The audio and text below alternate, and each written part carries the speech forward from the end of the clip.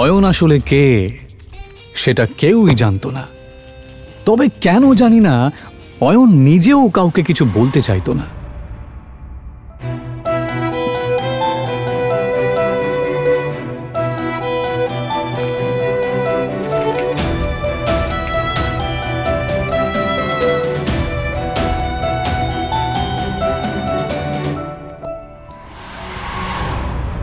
ওকে শুধুমাত্র শ্বশুর বাড়ির লোকেরাই নয়, এমনকি শাশুড়িও পর্যন্ত অপমান করত।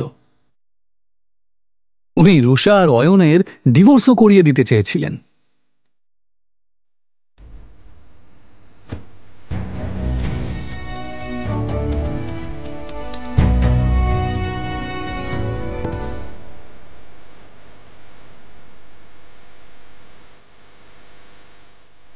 অয়ন, আমি এখন হোটেলে একজনের সাথে দেখা করতে যাচ্ছি। তুমি কিন্তু কাউকে বলবে না যে তুমি আমার স্বামী, বুঝেছো? কিন্তু রুষা, অয়ন, তুমি ভালো করেই জানো যে ভেতরে যারা আছেন তারা কত বড় লোক। ওরা যদি জানতে পারেন যে আমার স্বামী একজন গরিব কাঙ্গাল, তাহলে আমি কাউকে মুখ দেখাতে পারবো না। অয়ন নিজের স্ত্রী রুষার কথা শুনে চুপ করে যায়। এটা প্রথমবার নয় যখন রুষা তার দরিদ্র স্বামীকে অপমান করছে। এর আগেও অয়নকে অনেকবার সে অপমান করেছে। রুষার বাড়ির লোক অয়নের সাথে একটা কুকুরের থেকেও খারাপ আচরণ করত, কিন্তু অয়ন কারোর কথায় মন খারাপ করত না, কারণ সে তার স্ত্রী রুষাকে পাগলের মতো ভালোবাসত। আজ রুষা তার ছোটবেলার বন্ধু রূপালী এবং আরও কিছু বড়লোক বন্ধুদের সাথে হোটেলে দেখা করতে যাবার সময় অয়নকে সচেতন করছিল। অয়ন, শেষবারের মতো বলছি, ভেতরে গিয়ে কোনো সিন ক্রিয়েট করবে না। ঠিক আছে, তুমি যা বলবে। হোটেলের ভেতরে বড়লোক বাবার বখাটে সন্তান প্রেম সেন, রাজ বোস এবং পারাস আগরওয়াল বসেছিল। আসলে তারা রূপালীর বন্ধু হলেও রুষাকে দেখার পর এবং তার রূপ দেখার পর অবাক হয়ে যায়। এটা কে রূপালী? এত সুন্দর দেখতে। ও আমার বেস্ট ফ্রেন্ড রুষা। অয়নের জামা কাপড় দেখে নাক মুখ মেকিয়ে পারাস জিজ্ঞেস করে, আরে সুন্দরীর সাথে বাঁদরটা কে রে? আর ঠিক তখনই অয়ন বলে ওঠে, নমস্কার, আমার নাম অয়ন। আরে হ্যাঁ, মনে পড়েছে, রুষা সিংহ। তার মানে আপনি অয়ন, যার সাথে রুষার বাবা সিদ্ধার্থ সিংহ ওনার মেয়ের বিয়ে দিয়েছেন। কি ঠিক বললাম তো রুষা? প্রেম আর পারাস যেই বুঝতে পারে যে এই গরিব লোকটা আসলে এই সুন্দরী মেয়েটার স্বামী, তখন রুষাও তাদের সাথে আর ফ্লার্ট করতে পারে না। কিন্তু তারপর তারা তিনজনে মিলে অয়নের দারিদ্রতা নিয়ে ঠাট্টা করতে থাকে। আচ্ছা অয়ন দাদা, আমি শুনেছি আপনি নাকি একটা ব্যাংকে চাকরি করেন, তা কত টাকা স্যালারি পান? এই তিনটে ছেলে সমানে অয়নকে অপমান করছিল আর হাসছিল। ওই 12,000 মতো পাই। কত বললেন? 12,000। কখনো কখনো বোনাস পেলে 15,000 মতো হয়ে যায়। ভালোই স্যালারি পান আপনি। আমার জুয়েলারি অ্যাকাউন্টেন্টের স্যালারির অর্ধেক, তবুও আজকালকার দিনে এটাই অনেক। আচ্ছা পারাস, যদি তোর স্টোরে কোনো স্টাফের দরকার পড়ে তাহলে অবশ্যই অয়ন দাদাকে বলিস। ওনাকে দেখে কর্মঠ মনে হচ্ছে, আর আশা করি ওনার কাজ তোর ভালোই লাগে। হ্যাঁ হ্যাঁ, নিশ্চয়ই প্রেম, নিশ্চয়ই। 20-25 হাজার টাকার চাকরি তো আমি ওনাকে দিতেই পারি। আচ্ছা অয়ন দাদা, আপনি চাইলে কাল থেকেই জয়েন করতে পারেন। তারা কাকে জব অফার করছিল? অয়নকে। ও চাইলে তাদের তিনজনকেই কিনে ফেলতে পারত। অয়ন যে আসলে অয়ন রয় চৌধুরী এটা কেউই জানত না, এমনকি রুষা এবং তার বাড়ির লোকেরাও এটা জানত না যে এই গরিব অয়ন আসলে কে। অয়নও যেহেতু এই আসল সত্যিটা কাউকে জানাতে চায় না, তাই সে এমনভাবে এই পরিস্থিতিটা সামলালো যে কেউ কিছু বুঝতেই পারল না। ও বলল, ধন্যবাদ মিস্টার আগরওয়াল, আপনার অফারটা সত্যি খুবই ভালো। আপনি যে আমার জন্য এতটা ভেবেছেন, এই জন্য আপনাকে ধন্যবাদ জানাই। তবে সত্যি বলতে আমি গয়নাগাটির ব্যাপারে বিশেষ কিছু জানি না। এদিকে রুষা অয়ন আর রূপালীর বড়লোক বন্ধুদের মাঝের কথোপকথন শুনে রেগে যায়। আরে আরে,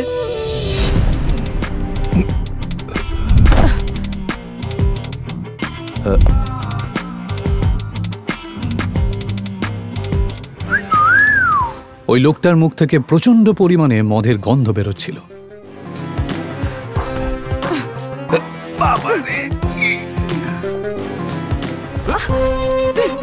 দেখে তো মনে হচ্ছে ভালোই এনার্জি আছে।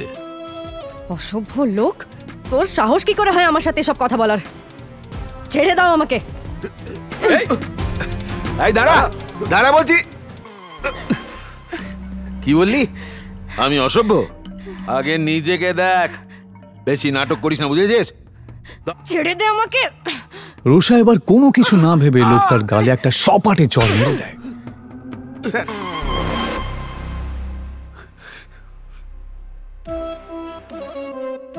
চরের প্রতিশোধ কি করে নিতে হয় আমি তোকে দেখাচ্ছি। রুষা কোনো কিছু বুঝতে না পেরে ভয়ে চোখটা বন্ধ করে নিলেও সেই ভাঙা বোতলটা তাকে ছুঁতেও পারে না। রুষা দেখে যে একটা হাত সেই বোতলটাকে তার কাছে আসতেও দেয়নি।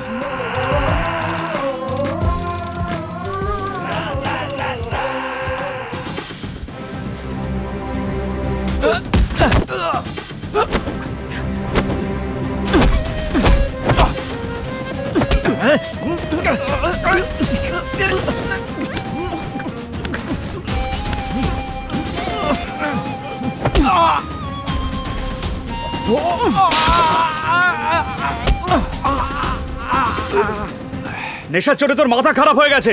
যদি নিজের ভালো চাস তো এক্ষুনি আমার স্ত্রীর পা ধরে ক্ষমা চা আর বেরিয়ে যা এখান থেকে। অনেক বড় ভুল করেছিস তুই আমার গায়ে হাত তুলে। এবার তুই দেখ এই নেশায় আমি কি করি।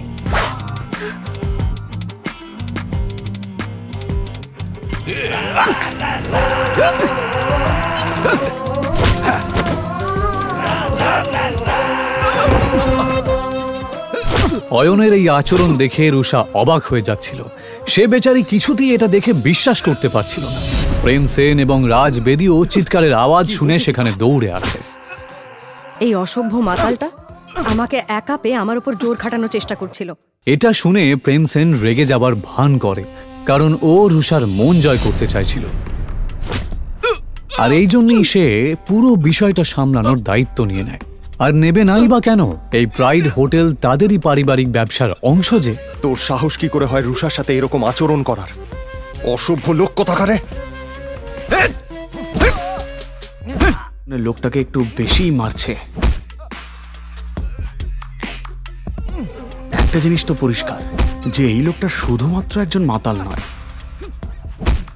প্রেম সেন আর রাজ বোস কিছুতেই থামছিল না, আর তার জন্যই অয়ন তাদেরকে থামানোর জন্য বলে, ব্যাস অনেক হয়েছে, ওর শাস্তিও পেয়ে গেছে। এইভাবে মারতে থাকলে ও মরে যাবে তো। আরে অয়ন দাদা, আপনি এত ভয় পাচ্ছেন কেন? আমি এই হোটেলের মালিক, তাই এই ব্যাপারটার এখানেই মিটমাট হয়ে যাবে। একটা বোকা ভীতু লোক। অয়নের ওপর রুষার প্রচন্ড রাগ হচ্ছিল। রুষা প্রেম সেন আর রাজ বেদির দিকে তাকিয়ে বলল, এবার বাদ দাও, ছেড়ে দাও ওকে। ও অয়ন দাদা, আপনি দেখছি বেশ ভীতু। আমাদের সঙ্গে থাকুন, তাহলে একটু সাহসী হয়ে যাবেন। কথাটা অয়নকে খোঁচা মেরেই বলা হলো, যদিও এসব শোনার পরেও অয়ন চুপ করেই থাকে। ইতিমধ্যেই কয়েকজন গুন্ডা সেখানে ঢোকে, আর প্রেম সেন গুন্ডাদেরকে ভেতরে আসতে দেখে। মনে হচ্ছে এই মোটা ষাঁড়ের গায়ে গন্ডারের চামড়া লাগানো। এত মার খাওয়ার পরেও ব্যাটার শিক্ষা হয়নি। কোনো ব্যাপার না, এদের ব্যবস্থা আমি করছি।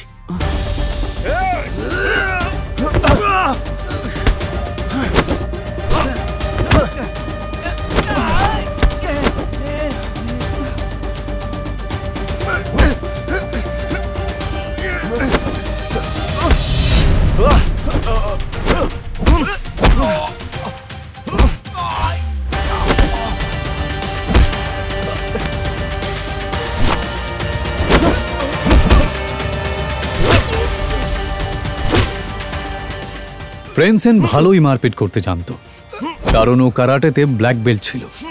এক এক করে প্রেম সেন গজেন্দ্রের সমস্ত সাঙ্গপাঙ্গকে মাটিতে মিশিয়ে দেয়। তোরা হচ্ছিস গুন্ডার নামে কলঙ্ক, বুঝলি? ফাটিয়ে দিয়েছিস ভাই, তোর কোনো জবাব নেই। আমার মনে হয় না ওরা আর উঠতে পারবে বলে। মিস রুষা আর রূপালী, তোমরা ঠিক আছো? প্রেমের প্রশ্নটা শুনে রুষা আর রূপালী তাদের ঘাড় নাড়ল। প্রেম আসলে এসব করছিল রুষার নজর কাড়ার জন্য। যদিও রুষার নজর তখন তার স্বামী অয়নের দিকেই ছিল, সেই অয়ন যে চুপচাপ বসে গুন্ডাদের দিকে তাকিয়েছিল। প্রেম সেন আরও ক্ষিপ্ত হয়ে যায়। ভাই এবার এদেরকে নিয়ে কি করবি? কাউকে ডাকবো নাকি এদের ব্যবস্থা করার জন্য? আরে তার দরকার পড়বে না, আমার স্টাফ দেখে নেবে। চলো তোমরা বাইরে চলো। পারাস আসলে একটু বাড়তি কথা বলছিল, যদিও সেরকম কিছু করার ক্ষমতা ওর ছিলই না।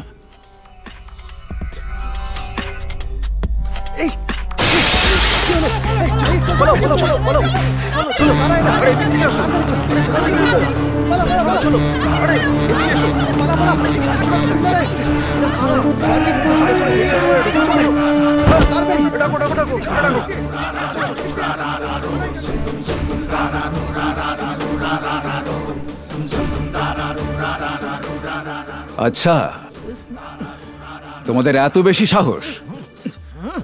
যদি তাই হয় তাহলে আমার সামনে এসো। সেই তো, ভয় কেন পাবো? তোদের হারানোর জন্য সাহসের কি প্রয়োজন? কিন্তু এই কথাটা বলার পরই প্রেম সেনের মুখ বন্ধ হয়ে যায়। রবিদা! নিজের সামনে দাঁড়ানো লোকটাকে দেখা মাত্রই প্রেম সেনের থোতা মুখ ভোঁতা হয়ে যায়, কারণ তার সামনে দাঁড়ানো লোকটা আর কেউ নয়, সে ছিল রবিদা।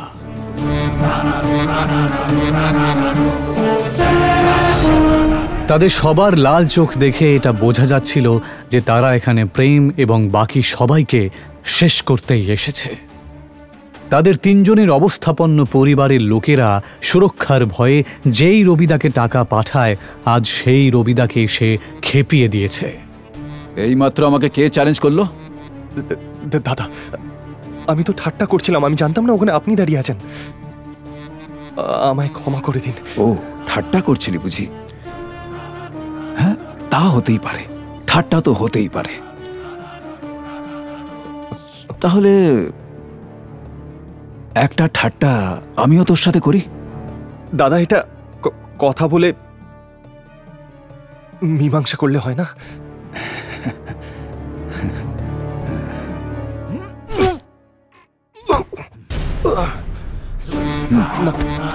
দাদা, দাদা, ক্ষমা করে দিন।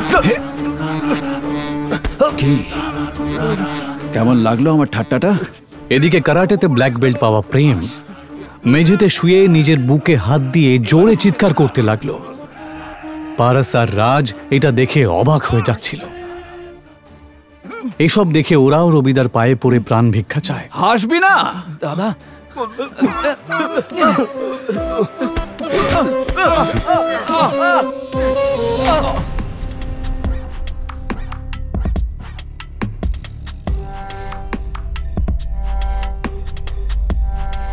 ওঠাতে পারছিস না?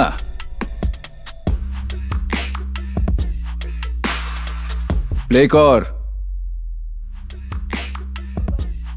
মার। সবাই এবার চিৎকার করে কাঁদতে লাগে। এইসব দেখে রূপালী আর রুষা ঘাবড়ে যায়।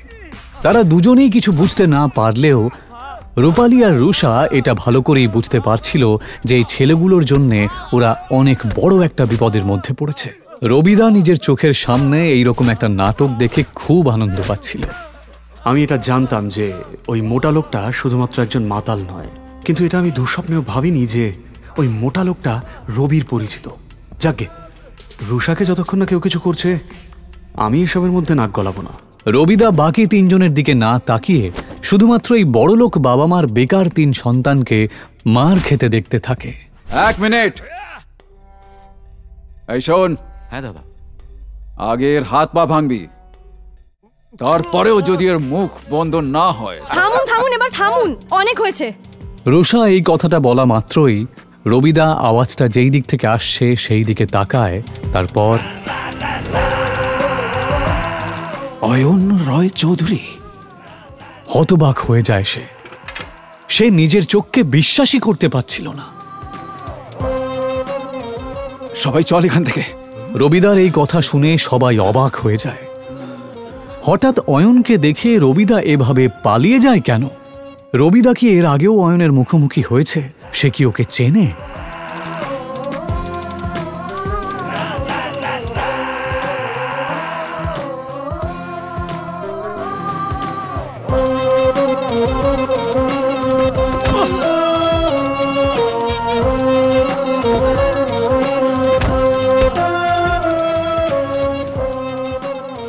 সত্যি কি অয়ন একজন আরবপতি? যদি তাই হয় তাহলে সে কেন এভাবে দিনের পর দিন অপমান সহ্য করছে? রুষার বাবা অয়নের মতন একটা গরিবের সাথে কেন তার বিয়ে দিয়েছে?